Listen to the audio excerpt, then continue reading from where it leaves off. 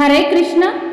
శతశ్లోకి భగవద్గీతలోని 25వ శ్లోకం, 3వ అధ్యాయం కర్మయోగములోని 13వ శ్లోకం. ఓం శ్రీకృష్ణ పరమాత్మనే నమః.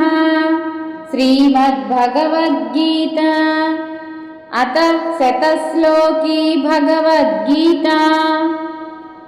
యజ్ఞశిష్టాసినః సంతో ముచ్యంతే సర్వకిల్భిషైః. భుంజతే తే త్వఘం పాప ఏ పచన్యాత్మకారణాత్. యజ్ఞశిష్టాసినః సంతో ముచ్యంతే సర్వకిల్భిషైః. భుంజతే తే త్వఘం పాప ఏ పచంత్యాత్మకారణాత్. నిఘంటు.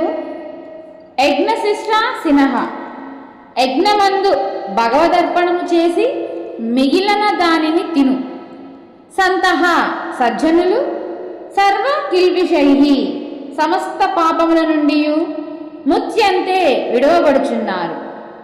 ఏతు, ఎవరైతే ఆత్మకారణాత్, తమ ఉదరపూరణ నిమిత్తమే పచంతి, వండుకొనుచున్నారో అంటే భుజించుచున్నారో, పాపాహ, పాపులైన, తే, వారలు, అఘం, పాపమును, భుంజతే, తినుచున్నారు.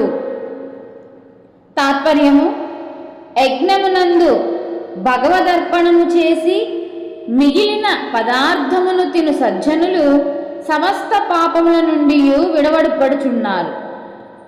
అట్లుకాక ఎవరు తమ నిమిత్తమే భుజించుచున్నారో అట్టివారు పాపమును తినువారే అగుదురు. మనకింకా వివరణ చూస్తే,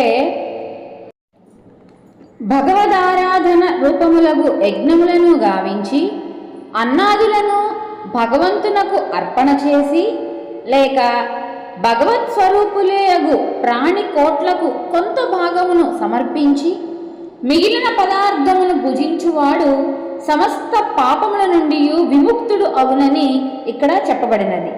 సర్వ కిల్బిషైః అని చెప్పడం వలన 1-2 పాపముల నుండి కాదనియు సమస్త పాపముల నుండి విడువడును అని తెలుపబడినది.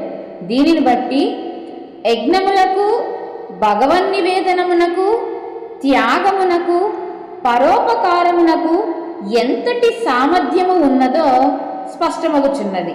కనుకనే ఈశావాస్యోపనిషత్తుల యొక్క ఆరంభమున తేన త్యక్తేన భుంగితాః, నీకున్న దానిలో ఒకంత త్యాగము ఒనర్చి భుజింపుము, నీకున్నది భగవంతునకు అర్పించి భుజింపుము అని చెప్పబడినది.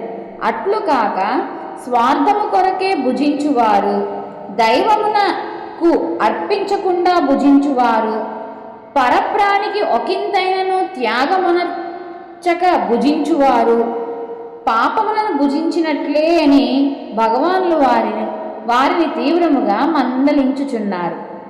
వారు పాపమునే మూటకొట్టుకొనుచున్నారు అని ఇక్కడ సెలవిస్తున్నారు.